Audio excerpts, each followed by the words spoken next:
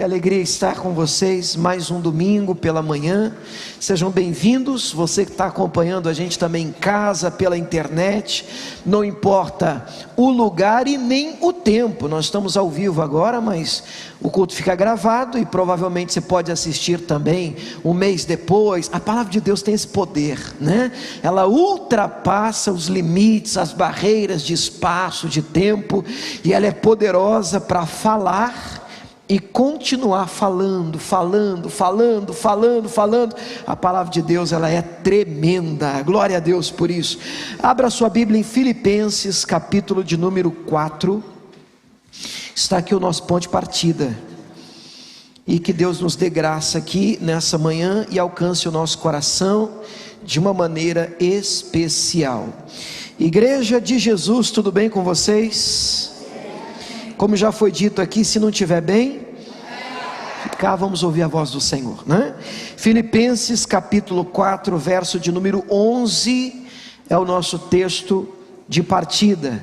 Diz assim, se você puder ler comigo em voz alta, eu agradeço. Vamos lá.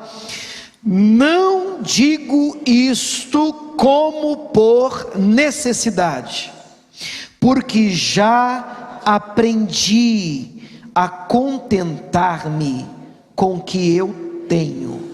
Vamos destacar essa frase.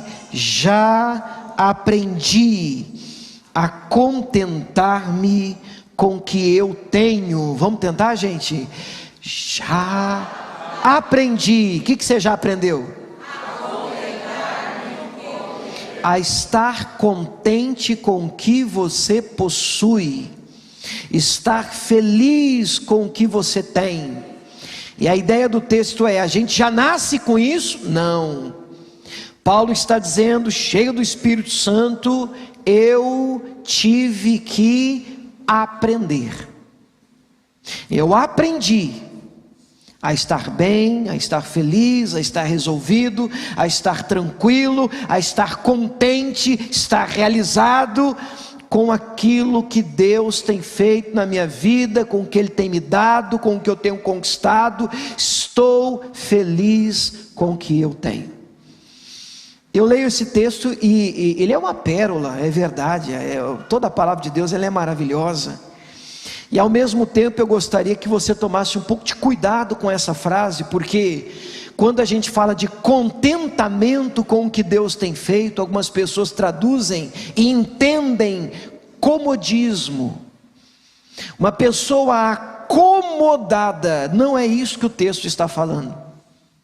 O Espírito Santo, pela vida de Paulo, não está dizendo: olha, tá bom do jeito que tá e fique assim do jeito que tá, e você não tem que avançar, você não tem que crescer, você não pode desejar mais, você não pode ter planos, você não deve ter metas. Não é disso que o texto está falando. Eu olho para quem disse isso, para quem escreveu isso, e foi o apóstolo Paulo.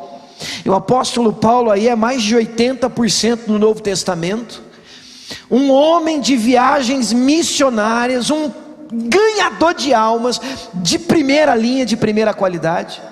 E quando eu escuto apóstolo Paulo, a última coisa que me vem à cabeça, à mente, é um ser acomodado. Você consegue pensar em Paulo acomodado? Não, tá bom, deixa eu aqui na rede, vamos lá, vamos uma viagem missionária. Não, eu estou feliz com o que eu tenho. Então, obviamente, a ideia do texto não é uma ideia de comodidade, não é uma ideia para trazer para nós como igreja do Senhor acomodação, mas ao mesmo tempo que Deus deseja realizar na minha vida, na sua, na nossa, passa por um coração que transborda contentamento. E isso é importante porque o inverso disso é ingratidão. E uma coisa que deixa o Senhor chateado é um espírito ingrato. E é uma coisa da minha cabeça, porque quando você olha para um povo que Deus tira do Egito, um povo que era escravo, um povo que tudo que sabia fazer era pisar barro para produzir tijolos, debaixo de chicotada, e agora esse povo é livre, e Deus dá água no deserto, as roupas não envelhecem, Deus faz chover maná, Deus dá carne, Deus dá pão, e volte e meia este povo parece não estar contente com o que Deus está fazendo. Eles não aprendem o contentamento, e eles levam uma vida de murmuração, e a murmuração é o filhote da ingratidão. Quando você murmura, você está dizendo para Deus: eu não estou satisfeito com o que o Senhor está fazendo na minha vida. E obviamente, eu não sei quantos pais eu tenho aqui, é muito ruim quando você, todo feliz, como um pai, como mãe, presenteia um filho. Imagina a cena, você dá um presente para o filho, e na hora que ele rasga o papel do presente, ele olha o presente, olha para você: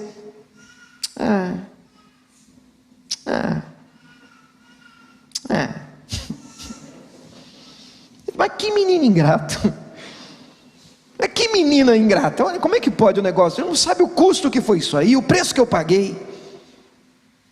E nós não podemos cair nessa cilada, nós precisamos nos apresentar, e essa canção, ela é fantástica, que oração cantada, linda, que nós agora oramos, cantamos, apresentamos a Deus. Deus, dá-nos um coração igual ao teu, um coração disposto a obedecer a tua voz, um coração que transborde de contentamento, um coração como de Cristo, capaz de levantar 5 pães e 2 peixinhos diante de milhares de pessoas e dizer: Pai, graças te dou, graças te dou.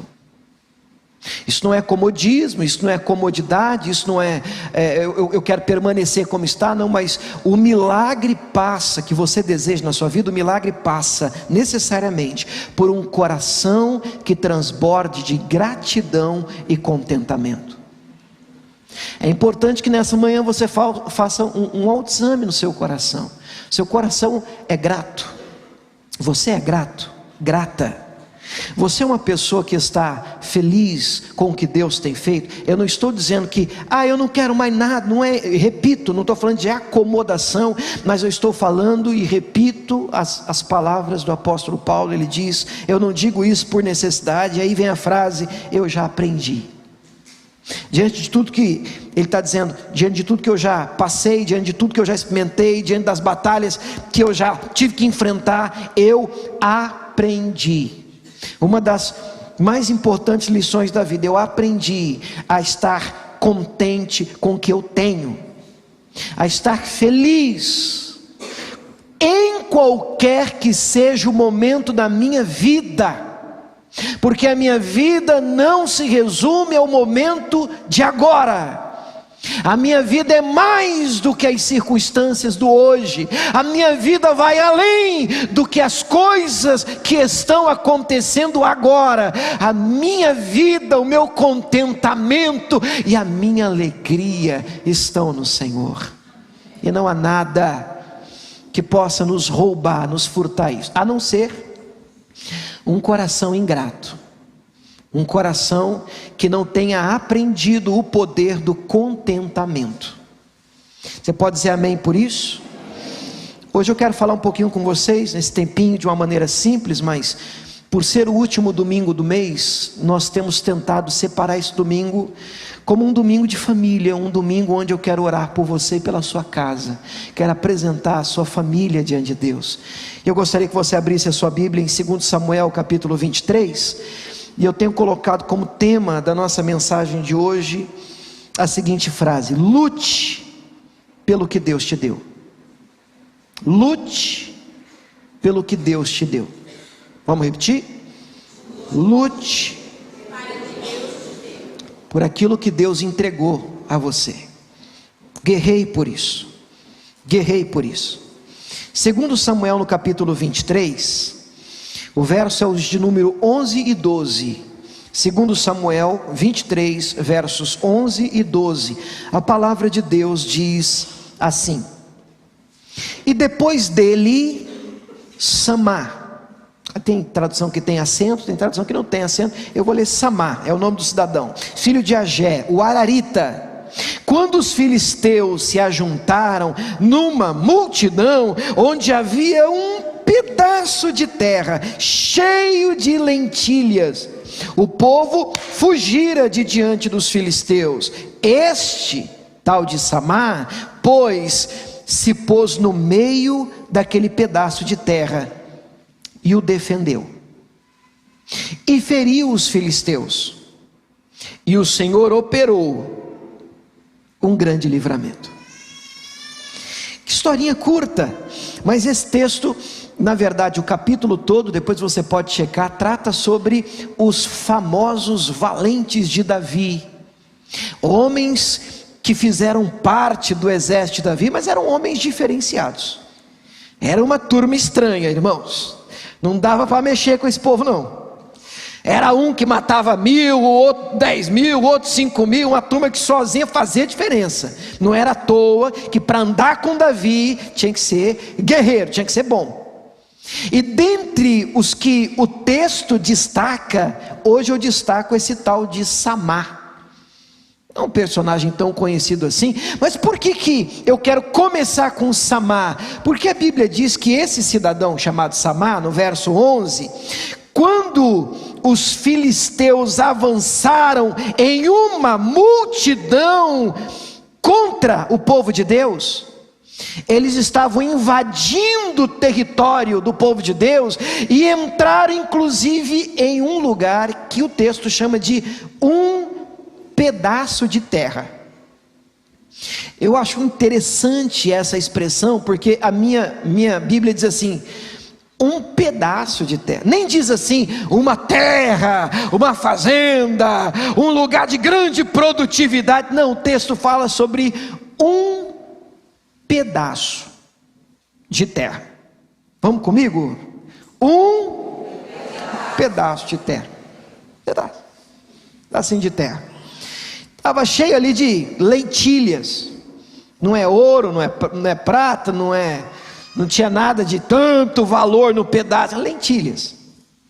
O que esse Samá fez? O povo fugiu de diante dos filisteus, que eram os inimigos da época, e no versículo 12, esse Samá, ele viu o valor nesse pedaço de terra, cheio de lentilha.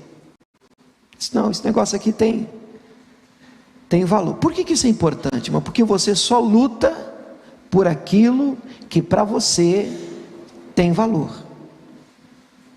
Se para você não tem valor, você abre mão. Se para você tem valor, você luta, você guerreia, você arregaça as mangas. Não, alguém de fora vai até dizer, rapaz, mas larga a mão disso, é um pedacinho de terra, lentilha, que é isso? Aí para ficar até bonito, espiritual, mas Deus pode te dar, e pode, mas o Samá disse, não, pedacinho de terra aqui, Deus me deu. E o texto diz que no verso 12, ele se colocou no meio daquele pedaço de terra e fez o quê? E defendeu aquele pedacinho de terra, feriu os filisteus, os inimigos, e naquele dia, através de Samá, Deus operou um grande livramento, porque ele defendeu o que ele entendia que Deus havia dado a ele. E eu queria começar a fazer uma pergunta para você: e o que Deus te deu? O que para você é importante? O que para você tem valor?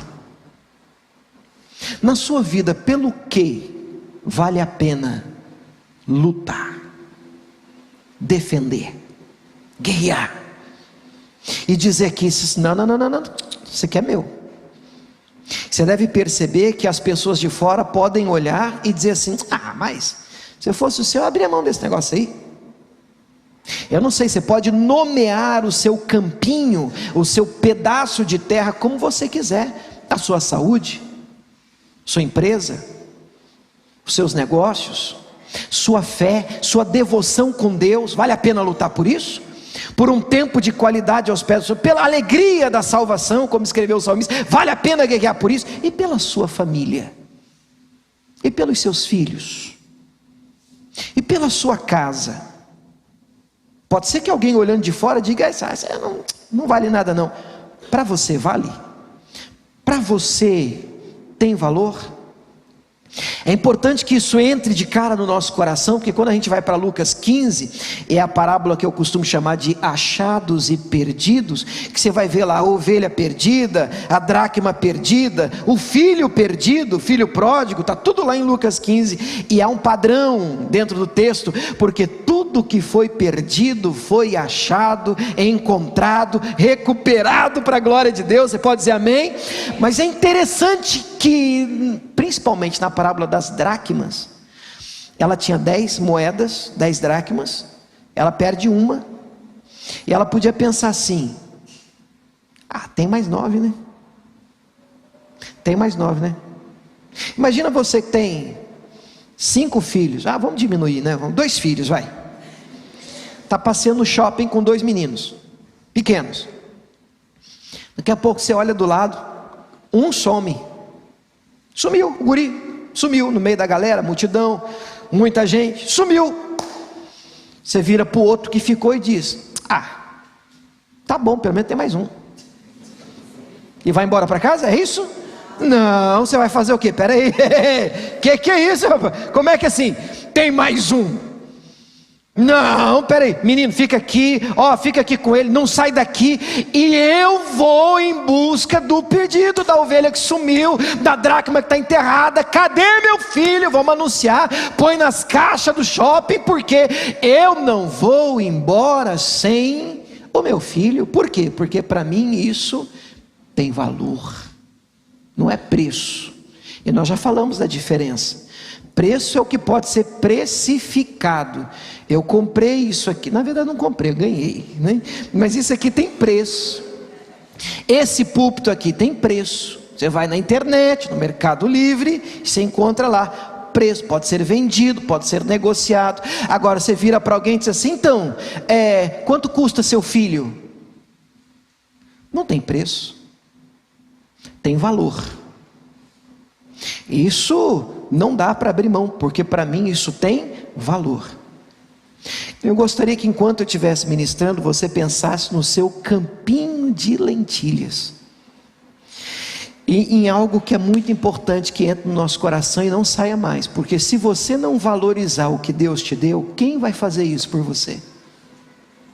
Porque se para você isso não é importante, não espere que os outros valorizem o seu campinho, se nem você dá valor para isso. E atenção, há um padrão, e nós precisamos vigiar com esse padrão, de desmerecer e desvalorizar o que Deus nos deu, o que temos. Você vê isso até na Bíblia, a própria multiplicação dos pães e dos peixes, em João 6, alguém pergunta: o que é que vocês têm aí? E um dos discípulos diz: 5 pães e 2 peixinhos. Mas o comentário tem que vir depois: mas o que é isso, né? Para tanta gente. Bom, humanamente falando, realmente era muito pouco, mas olha a ideia: 5 pães e 2 peixinhos. O que é isso? Bom, isso é tudo que precisamos quando se tem do seu lado Jesus Cristo de Nazaré. Lá no Antigo Testamento, um profeta, ele é procurado por uma mulher desesperada, o marido morre, ela fica viúva, tem 2 filhos, o marido deixa uma conta, uma dívida alta, o credor, o cobrador aparece, dizendo: vou levar os filhos como parte do pagamento, e ela vai em busca do profeta: pelo amor de Deus, me ajuda, não tem como pagar, não sei o que eu vou fazer. E o profeta faz uma pergunta muito simples e poderosa: o que é que você tem na sua casa? E a resposta dela é interessante, porque ela demonstra como a gente carrega isso dentro da gente. Ela diz assim: tua serva não tem nada em casa não, senão uma botija de azeite. E o profeta: opa, então você tem tudo de que você precisa, você tem. Então pega esse azeite, pega um monte de vasilha, começa a separar e encher, porque o milagre vai acontecer, começando com o que você tem. Agora, se você olha para aquilo que você tem e não está contente, nós temos um problema. Como experimentar de multiplicação, de avanço, de crescimento, se você não aprendeu a estar feliz e contente com o que você tem? Eu quero que você abra a sua Bíblia em 1 Samuel capítulo 30. É uma das coisas maravilhosas que Deus tem nos dado, e eu não sei se você enxerga como eu, é a nossa casa, é a nossa família. Viver em família é algo é fantástico, é muito bom. Você pode dizer amém? Só para dar uma... Tá. É bom uma família, não? Eu sei que tem gente meio arrependida aqui, né? Uma vez eu fui no encontro de casais, a gente pergunta, e aí, quem é casado e tal? E a pessoa até levanta a mão assim, mais ou menos, e fala assim, calma, quem é casado e é feliz, né? Está bem resolvido, está contente. E na verdade o casamento é uma bênção. Filhos são herança do Senhor, e às vezes alguns podem estar enfrentando lutas, guerras e batalhas, mas isso não invalida a verdade que esse campo tem valor. Esse campinho tem valor, essa moeda tem valor. Vale a pena acender a luz da palavra de Deus, iluminar o ambiente, parar tudo e dizer, peraí, é meu. E família tem muito disso, né? Porque família, assim, só a gente que pode falar mal da nossa. Não é assim na sua também? Às vezes a gente está até comentando, eu lembro em casa, né? Não, porque o meu irmão, rapaz, meu irmão precisa ir, o outro vem assim, esse irmão mesmo, é meu irmão, cara.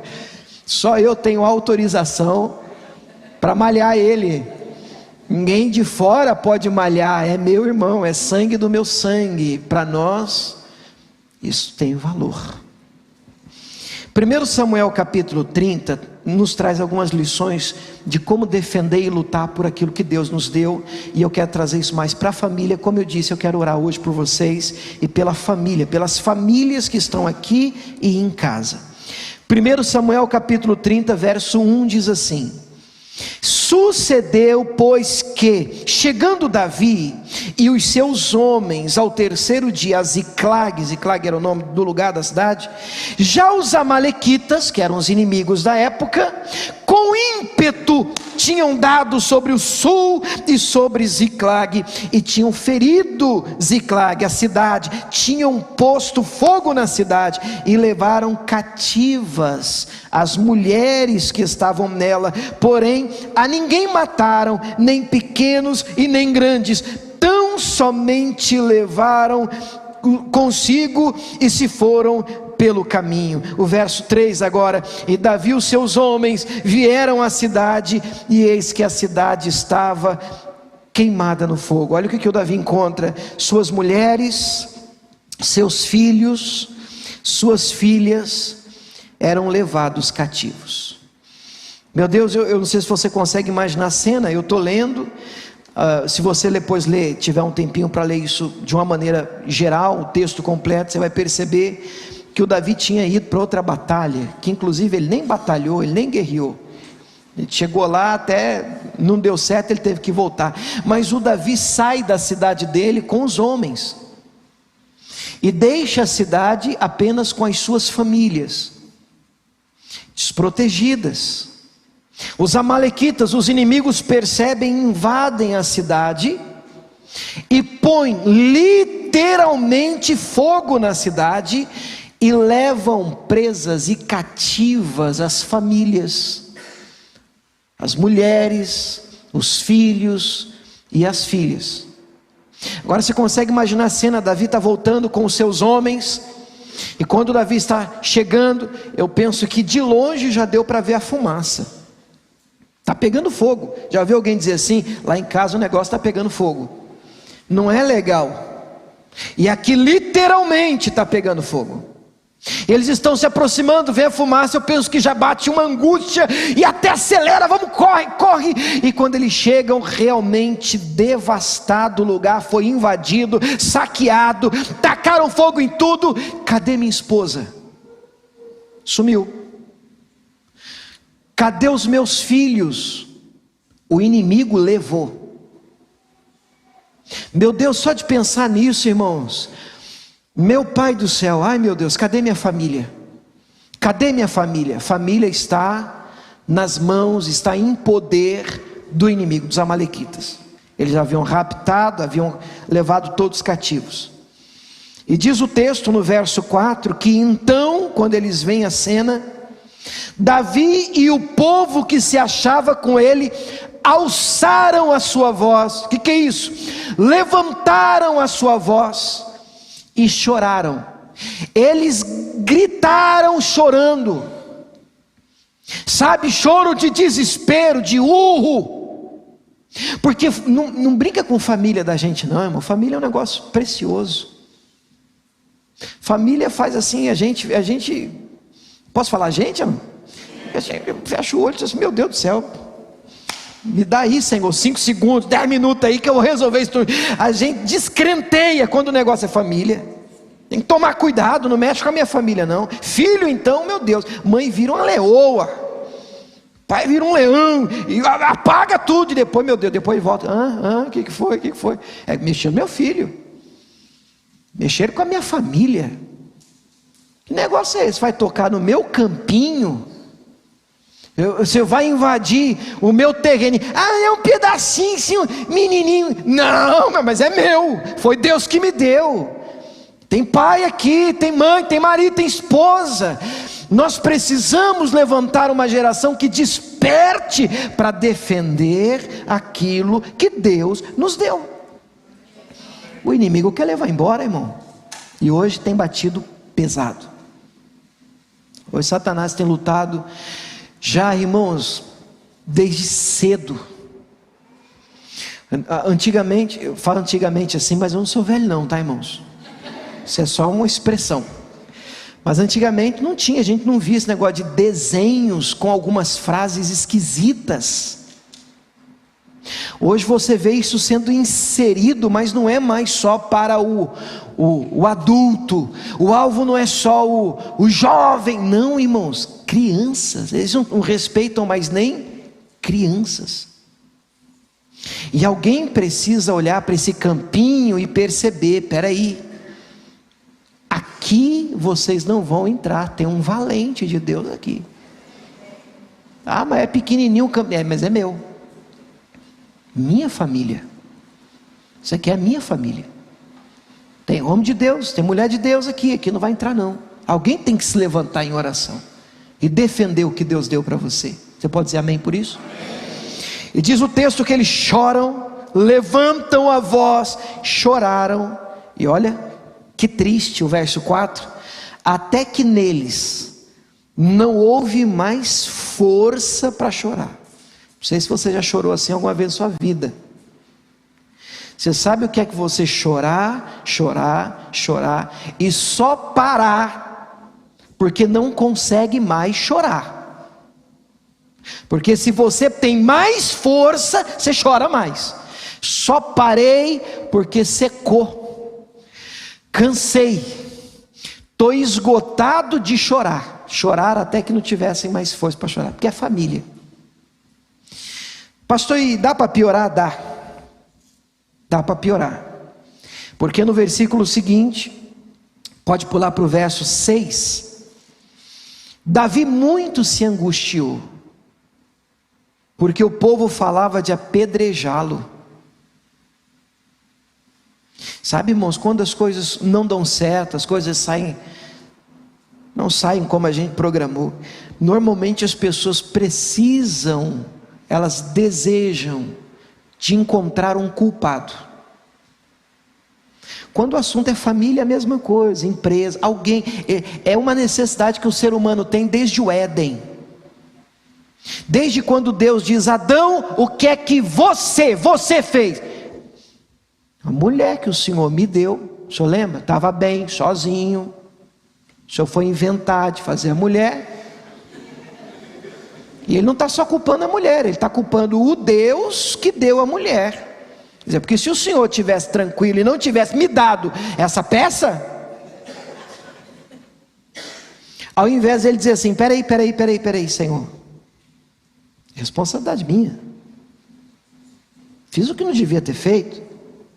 Mas é interessante como está no DNA do ser humano apontar, as coisas estão assim por causa o governo, o patrão, o pastor, o meu vizinho, é a minha mulher, são os meus filhos, pastor, é todo mundo, menos eu.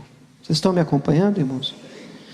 Então, dentro dessa necessidade, estes homens que eram valentes de Davi, que estavam com Davi, eles viram, Davi está com eles estão voltando, eles choram, desesperados, urram, levantam a voz, minha família, e todo mundo está no mesmo barco. Daqui a pouco eles cansam de chorar, um olha para o outro e diz, já sei, a culpa é de Davi, eu não devia ter saído daqui.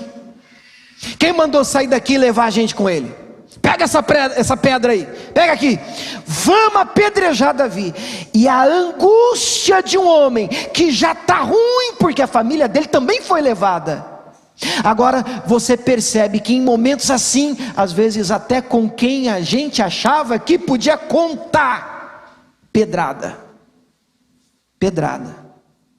Sabe, já passou por um momento, você diz assim, você se vê sozinho, diz, que isso? Como que as pessoas podem ser tão insensíveis? E são, irmãos, se você olha para a Bíblia, não é de hoje. Você vê no texto em que Moisés fere a rocha, eu vou fazer um pedacinho do advogado de Moisés, tá? No texto que Moisés fere a rocha, e ele não vai entrar na terra prometida por causa disso, o texto começa no verso 1 dizendo que ele perde a irmã Miriam. Então ele vem de um luto, a irmã acabou de morrer, falta água, e o povo começa a malhar Moisés, porque está faltando água. Aí ele vai falar com Deus, e Deus diz, olha, não é, agora não é para falar com a rocha, agora não é para ferir a rocha, agora é para falar com a rocha. Mas ele pega o cajado dele, na hora que ele vem, e ele já começa um discurso assim, antes de bater, será que sai água daqui, cambada de rebelde? O cambada é por minha conta, mas rebelde está lá, e ele pá, enxuga água, e pá, de novo, mais água. E eu penso que está lá o rosto da galera, ele vê o rosto da turma na rocha. Pá. Qualquer pessoa, humanamente falando, diria, poxa pastor, justificável.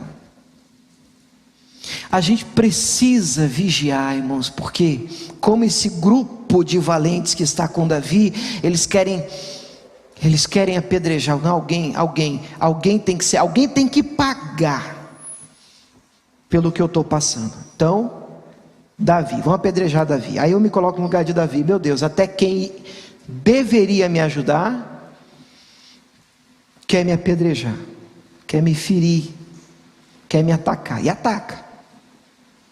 Então o que fazer no momento como esse? O texto diz no verso 6, ele vai terminar assim, o ânimo de todo o povo estava em amargura, cada um por causa dos seus filhos, das suas filhas, das suas famílias.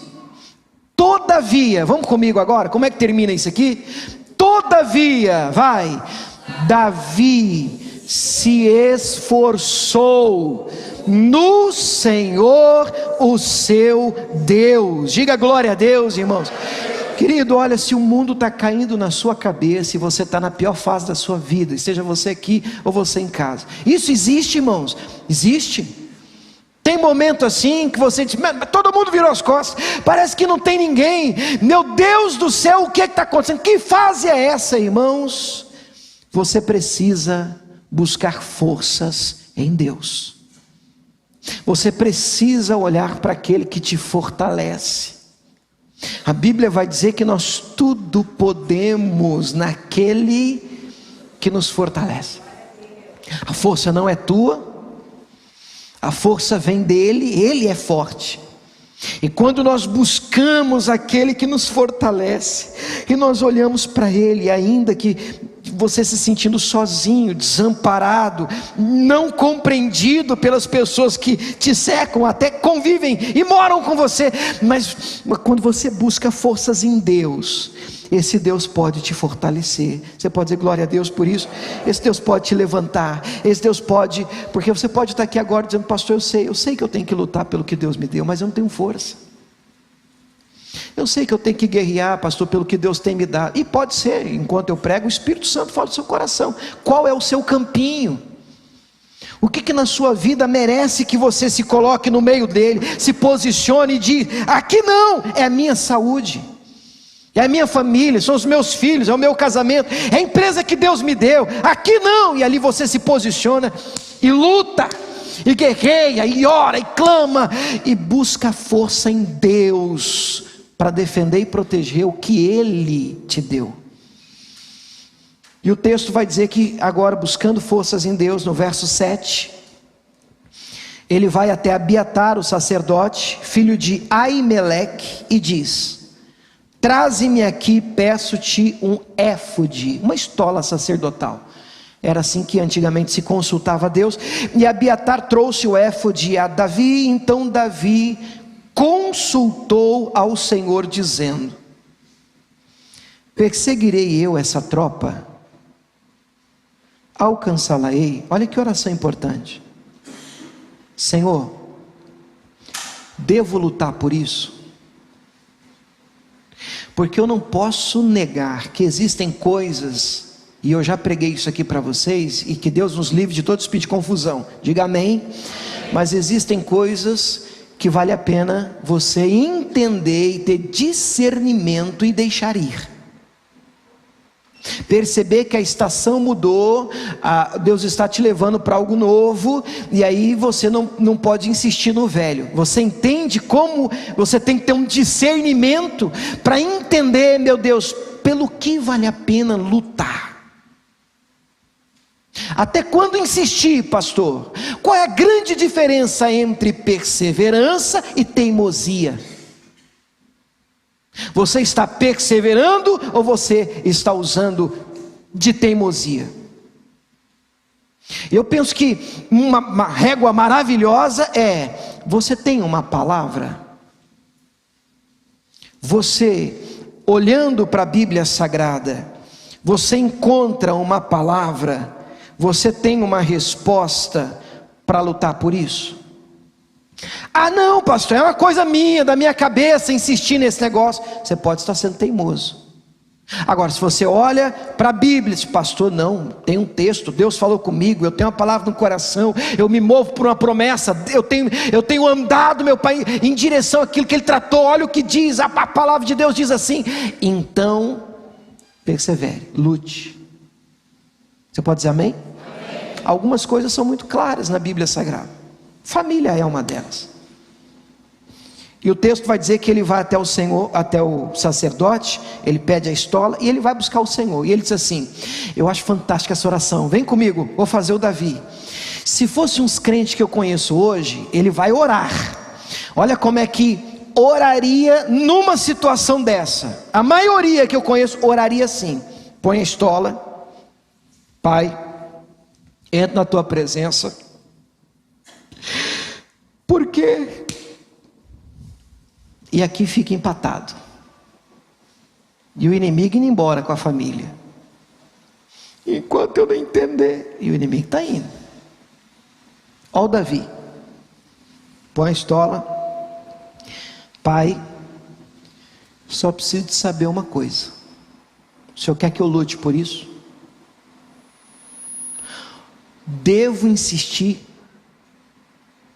Eu devo perseguir essa tropa? Eu só preciso de um aval do Senhor. Quero saber se o Senhor estará comigo na guerra. Se o Senhor disser: William, vai que eu estou nessa, amém, deixa comigo. Às vezes, irmãos, tudo que nós precisamos da parte de Deus é ok, vai, filhão, eu tenho isso para você, então tá bom. E agora? Agora você vai deitar e esperar Deus trazer de volta? Não, agora você, vamos embora. Cadê? Vamos para o quarto, vamos dobrar o joelho. Cadê a palavra? Cadê a promessa? Vamos orar, vamos para a guerra, vamos para a luta, vamos insistir, vamos trabalhar, vamos guerrear. E vamos defender o que Deus tem nos dado. Perseguirei essa tropa? O Senhor me responde: alcançá-la-ei. E o Senhor responde: persegue-a, vai atrás, Vá atrás da sua família, porque de certo a alcançarás e tudo libertarás. Tudo que ele tem agora é um sim de Deus, mas a família está nas mãos do inimigo. E ver uma família, sangue do nosso sangue, nas mãos do inimigo, deve trazer angústia, sim, no nosso coração. Não dá para a gente dormir feliz com os nossos filhos perdidos, irmãos. Não dá para dormir em paz com o meu cônjuge, com quem eu firmei uma aliança, caminhando a passos largos para o inferno. Eu não posso viver tranquilo. Uma angústia toma conta da minha alma. Senhor, devo eu lutar por isso, perseguir o inimigo? O Senhor vai estar comigo nessa guerra. E o Senhor diz: vai, filhão, vai, eu estou contigo nessa batalha. Então Davi não pensa duas vezes. E lá na altura do verso 17, eu estou pulando um bom pedaço do texto, ele vai, ele guerreia, ele batalha. E lá no verso 17, a Bíblia diz assim, capítulo 30 ainda: e feriu-os Davi fere os inimigos, desde o crepúsculo até a tarde do dia seguinte, quase que um dia todo de luta. Sabe, irmãos, tem algumas batalhas, e pelo amor de Deus, você não vai sair daqui, né, irmão, com a espada na mão, saindo e metendo espadada nos outros. A Bíblia diz em Efésios que a nossa batalha hoje não é contra a carne, não é contra o sangue, mas há uma batalha ainda. Em efeito, tem gente que lê esse texto e diz: não, pastor, não tem mais que batalhar. Pera aí, a Bíblia diz: a nossa batalha não é contra a carne, contra o sangue, mas há no texto, uma nossa batalha. A nossa batalha é contra os poderes das trevas. O nosso inimigo é real, como foi dito aqui agora há pouco. Existe uma luta, sim, e às vezes nós estamos: não, vamos lá, deixa a coisa acontecer. Mas peraí, cadê o homem de oração que você era? A mulher de guerra que diz: ei, meu filho está estranho, está diferente, está mudando de comportamento, está esquisito, está envolvido com más companhias. Você não acredita no poder da oração? Porque dobrar esse joelho: Senhor, meu filho vai ter. Eu vi minha mãe orando assim por mim, não estou fazendo isso padrão. Doutrina é Bíblia, mas minha mãe, uma vez, eu entrei no quarto de surpresa, ela não me viu, e ela estava dizendo assim: o William vai ter desgosto com o mundo, eu quero que ele tenha alegria com as coisas do Senhor, Deus, mas que ele tenha desgosto com o mundo. Eu não entendi, como assim desgosto com o mundo? Minha mãe é doida. Desgosto com o mundo, legal pra caramba, gostoso. E aí o problema era exatamente esse. E aí eu percebo, irmãos, que de vez em quando Deus responde orações, sim, e Deus pode fazer com que os desapontamentos dos nossos filhos aí fora, tragam eles para Jesus. Sabe por quê? A maioria de nós estamos aqui hoje, irmão, por causa de um dia de frustração, de um tempo de luta, de guerra, de batalha, de algum projeto que não deu certo. Raríssimas exceções. Alguém um dia está tudo bem, acordou legal, feliz, cantando e diz: vou virar crente. Não tem nada para fazer hoje, vou para a igreja. Não, as nossas dores nos trouxeram a Cristo. Hoje eu entendo a oração dela: Senhor, que ele tem desapontamento com o mundo. E foi num desapontamento que eu peguei firme para a igreja. Falei: vou mudar para a igreja mesmo. Vou mudar mesmo para a igreja. Eu vou morar lá. E glória a Deus. Fruto, sim, de oração, de uma mãe de oração. Que projeto lindo de ontem. Mulheres de Deus.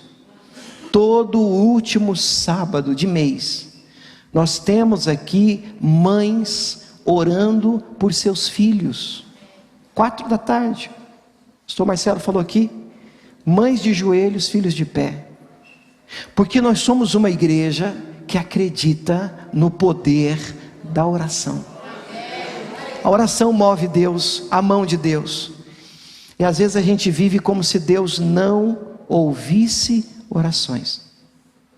E Davi diz: devo ir, devo perseguir, devo guerrear, devo lutar. E a gente sabe que essa guerra hoje, ela é contra as trevas, ela é espiritual. E Deus diz: vai. E a Bíblia diz que ele trava uma noite, quase que um dia inteiro do outro, lutando e guerreando. E eu penso que tem batalha, irmão, que a gente fecha o quarto e a gente passa 5 minutos, está resolvido. Mas tem situação que a gente ora e o coração aperta, e a gente não consegue parar de orar, e o coração aperta, e você diz: que é isso? Vai meia hora, vai uma hora, você diz: meu Deus do céu, não está legal ainda, e você entra a noite adentro e diz: não, é o meu filho, é o meu campinho de lentilha, pode não ter valor para os outros, mas Satanás quer tirar ele de mim, está na mão de um amalequita, está em poder do inimigo, mas em nome de Jesus, o Senhor não me deu filho para perdição, eles são flechas, são herança de Deus, eles não vão se perder, eles vão acertar o alvo, eles vão trazer alegria para Deus. E você começa a citar a palavra, começa a liberar a palavra, e você entra noite adentro, madrugada, guerreando, lutando, porque você crê que Deus pode fazer, Deus pode responder. E Deus responde, igreja. O texto diz que no verso 19, o verso 19 vai dizer que ninguém lhes faltou. Davi traz tudo, desde o menor até o maior, olha que lindo, e até os filhos, as filhas, e também desde o despojo, até tudo quanto lhes tinham tomado. Como é que termina o 19? Tudo Davi tornou a trazer. Vamos aplaudir o Senhor por essa palavra. Tudo que o inimigo levou, tudo que ele levou, foi reconquistado, e glória a Deus por isso. Mas é importante a gente notar e perceber que é um custo, e eu não estou falando de salvação, porque senão um crente já vai virar para mim e dizer: não, o custo foi pago por Jesus Cristo na cruz do Calvário. Querido, entenda que eu estou falando do custo de manter uma casa de pé, filhos debaixo de sujeição ao Senhor, um casamento alinhado à palavra de Deus. Tudo isso tem um custo. É joelho dobrado, luta, oração, dedicação. Não é só a igreja não, porque tem gente que acha que o custo é só: pastor, vou trazer o colchão para a igreja, aí eu moro na igreja, aí eu entro aqui pastor, 7 da manhã, eu saio daqui meia-noite, aí minha família, aí sua família vai se perder legal, porque você não vai ver mais eles, aí você não tem mais tempo para ouvir os seus filhos, para sair com o seu cônjuge. Por quê? Porque você virou beato, um anjo, um ser esquisito, e acha que agora, porque você ora muito, Deus é obrigado a fazer o que na verdade Ele diz que você teria que fazer. Seu casamento é sua responsabilidade. A criação dos seus filhos não é terceirizada pela escolinha da igreja, pela escola que você paga para os seus filhos, pela babá que você tem. Não, você é pai, você é mãe. Tem coisa que é intransferível, é você.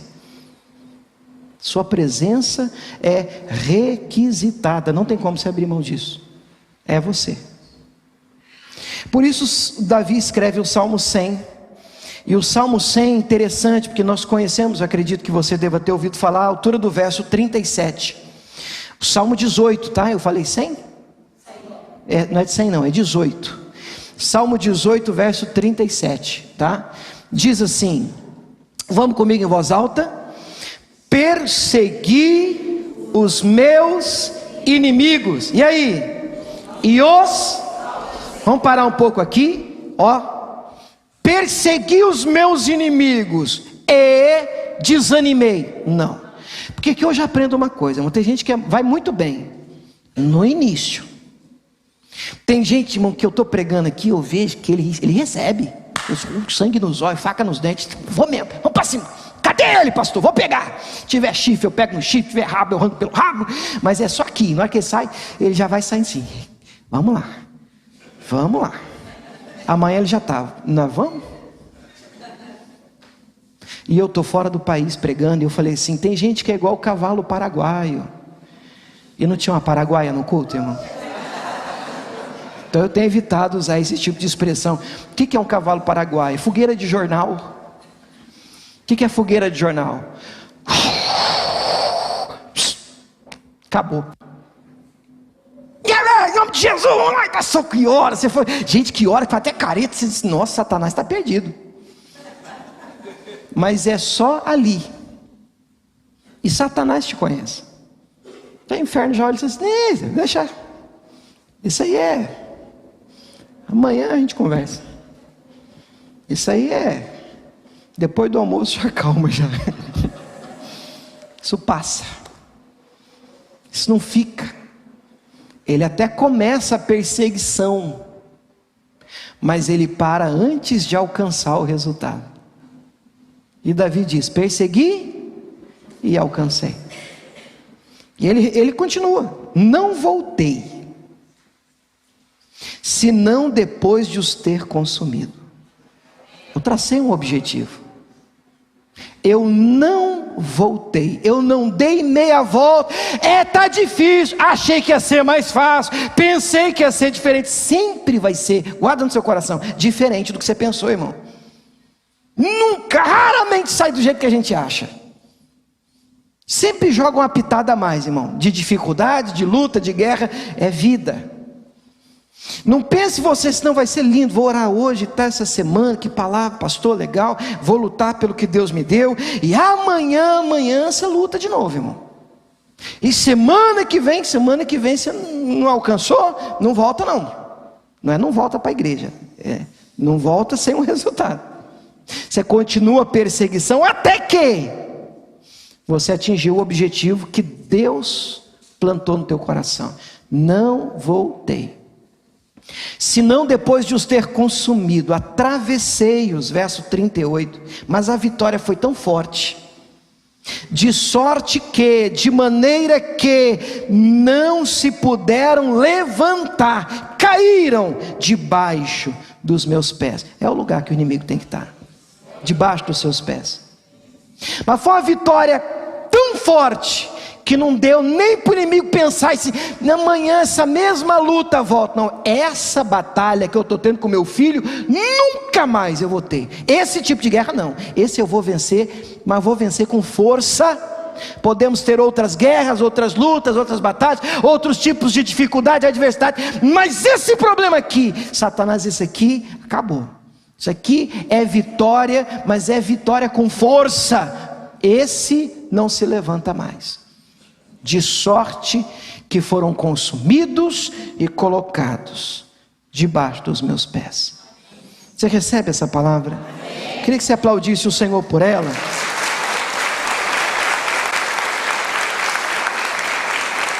Glória a Deus. Glória a Deus. Diga glória a Deus. Glória a Deus. Glória a Deus. Pessoal, os músicos podem vir aqui. Eu queria terminar fazendo uma promessa para vocês de um texto que eu já andei lendo em algumas ministrações. Mas você recebe uma promessa de Deus, está no meu coração. E aí você julga se é para você. Joel 2:25. Joel 2:25 diz assim. Eu vou ler o 25 e o 26. E restituir-vos-ei os anos que foram consumidos pelo gafanhoto, a locusta, o pulgão, a aruga, o meu grande exército que enviei contra vós.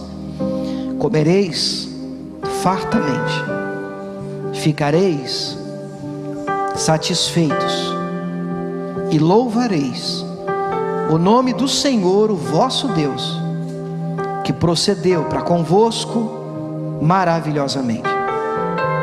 E o meu povo não será mais envergonhado. Não será mais envergonhado. Que texto lindo. Mas você sabe o que mais me chama a atenção? A primeira frase, eu queria voltar nela. O verso 25, queria que você gravasse esta frase: restituir-vos-ei os anos.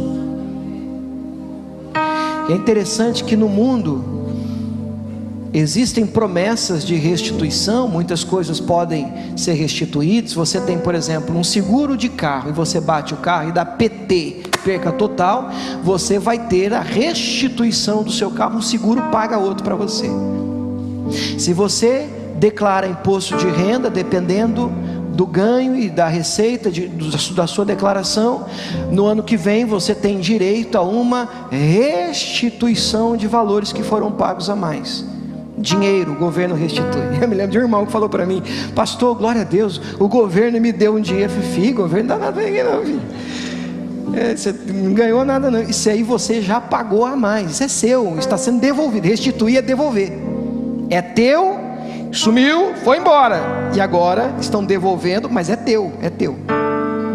Agora fala uma coisa para mim. O texto não fala de uma restituição financeira, de um carro, de uma casa que você perdeu, de uma empresa que faliu. Não, o texto fala de algo que só Deus pode restituir. O texto diz: os anos, um tempo. E a regra, obviamente, é um tempo que passa não volta mais. Amém, irmãos? Tempo que passa não volta mais. Aí vem Deus e diz assim: eu sou o Senhor do tempo, o alfa, o ômega, o princípio, o fim. Ele é tanto o Senhor do tempo que Josué uma vez ora e diz: sol, detente. E o sol parou. Ele é tão Senhor do tempo que Ezequias, quando doente, pede um sinal ao profeta Isaías, e ele ora a Deus a fim de que a sombra no relógio de Acás voltasse 10 graus. E sem o conhecimento de astronomia que a gente tem hoje, de um sol, de um sistema solar que gira em torno de si para completar dias, meses e anos, não, simplesmente o profeta Isaías ora, e para mostrar que Deus estava com Ezequias, o rei, simplesmente não só para todo um planeta e um sistema solar, como ainda dá uma rezinha de 10 graus, só para dizer: eu sou com você. E eu leio esse texto, obviamente, eu não acredito que você vai dormir com 40 anos e vai acordar com 20. Mas eu acredito que Deus pode trazer de volta um tempo em família que você sente muita falta. Um tempo em que você foi muito feliz em família. E agora, espalhou, desapareceram. Problemas surgiram, situações tristes acabaram dividindo a casa. Mas o Senhor é poderoso para trazer de volta anos que foram consumidos, perdidos, jogados fora. Ele é Senhor do tempo. Você pode ficar de pé onde você está? Fecha os teus olhos enquanto nós adoramos o Senhor.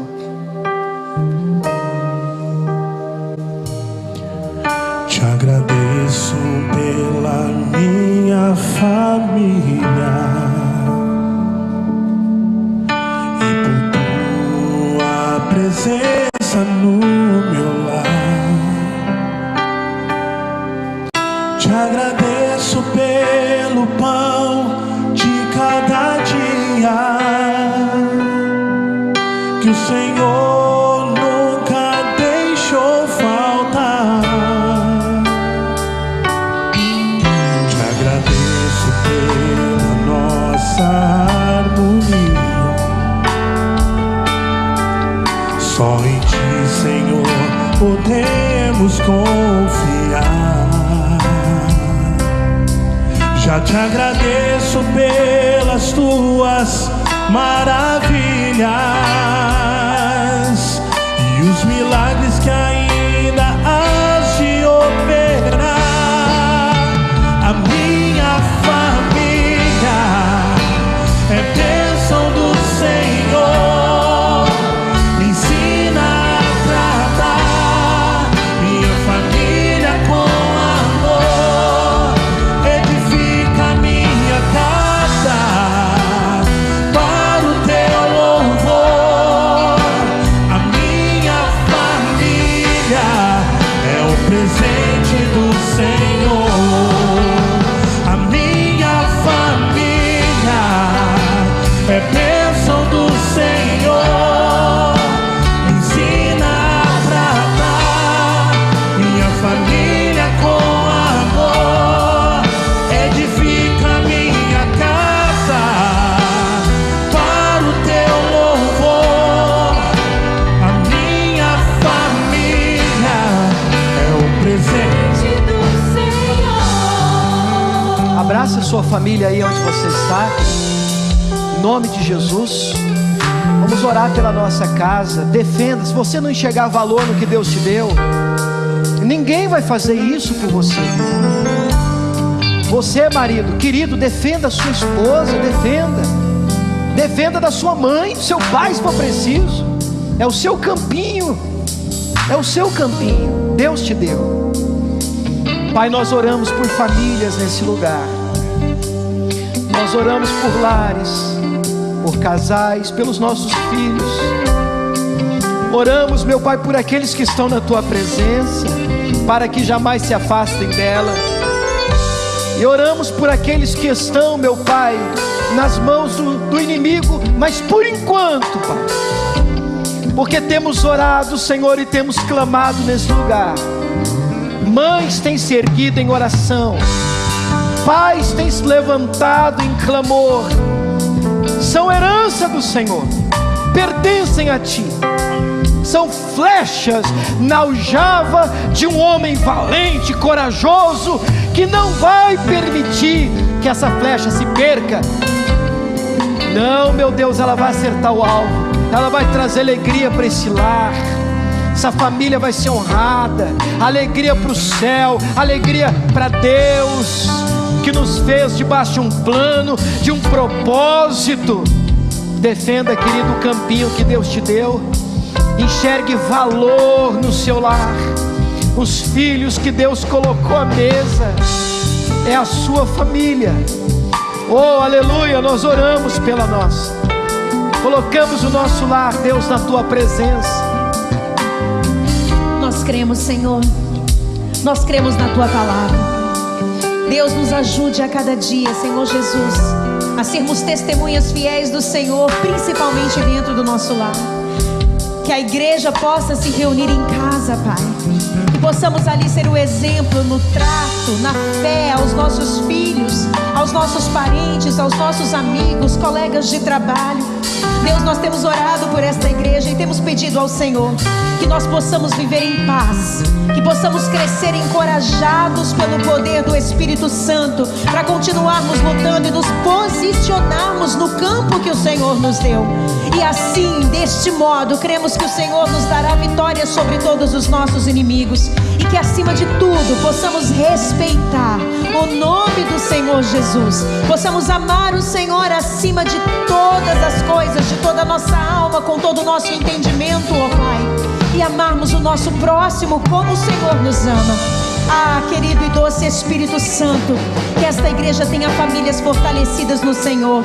Meu Deus, que esta pessoa que nos acompanha em casa, neste culto, neste momento, tenha a sua família fortalecida pelo Senhor.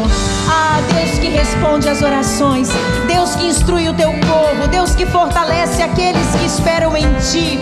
Esses não se cansam, caminham e eles não se fatigam, Pai. Nós cremos na bênção sobre cada lar, sobre cada vida, em nome de Jesus. Levante as mãos para Ele e diga conosco: a minha família é do Senhor Jesus. Vamos declarar isso. A minha família é bênção do Senhor. Ensina a tratar minha família com amor. Edifica minha casa para o Teu louvor. A minha família é o presente do Senhor.